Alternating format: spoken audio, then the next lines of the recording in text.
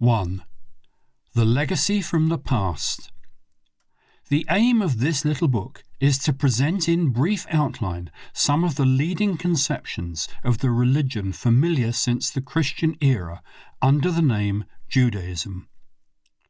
The word Judaism occurs for the first time at about 100 BC in the Greco-Jewish literature. In the second book of the Maccabees, 2:21 and 8:1, Judaism signifies the religion of the Jews as contrasted with Hellenism, the religion of the Greeks.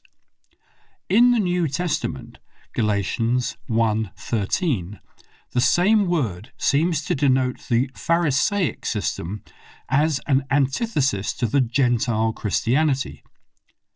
In Hebrew, the corresponding noun never occurs in the Bible, and it is rare even in the rabbinic books.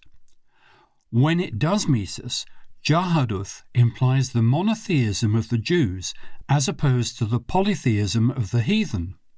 Thus the term Judaism did not pass through quite the same transitions as did the name Jew.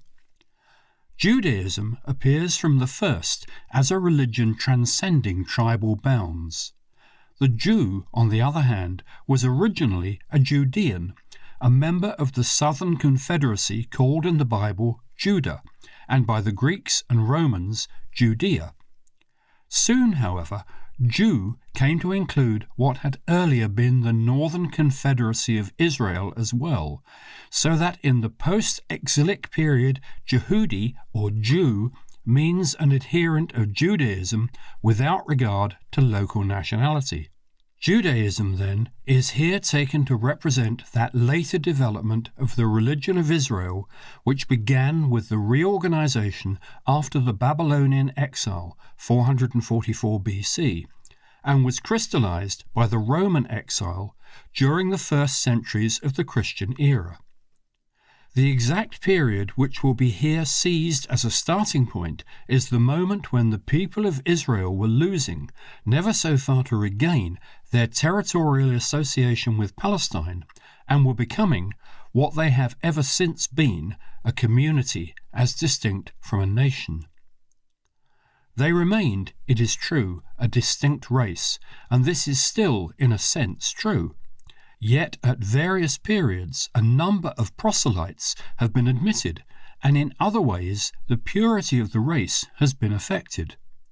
At all events, territorial nationality ceased from a date which may be roughly fixed at 135 AD, when the last desperate revolt under Bar Kokhba failed, and Hadrian drew his Roman plough over the city of Jerusalem and under the temple area. A new city with a new name arose on the ruins. The ruins afterwards reasserted themselves, and Aelia Capitolina as a designation of Jerusalem is familiar only to archaeologists. But though the name of Hadrian's new city has faded, the effect of its foundation remained. Aelia Capitolina, with its marketplaces and theatre, replaced the olden, narrow-streeted town. A house of Venus reared its stately form in the north, and a sanctuary to Jupiter covered, in the east, the site of the former temple. Heathen colonists were introduced, and the Jew, who was to become in future centuries an alien everywhere, was made by Hadrian an alien in his fatherland. For the Roman emperor denied to Jews the right of entry into Jerusalem. Thus, Hadrian completed the work of Titus, and Judaism was divorced from its local habitation.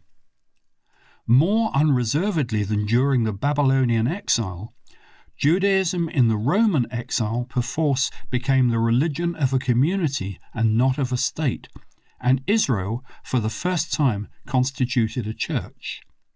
But it was a church with no visible home. Christianity for several centuries was to have a centre at Rome, Islam at Mecca, but Judaism had and has no centre at all.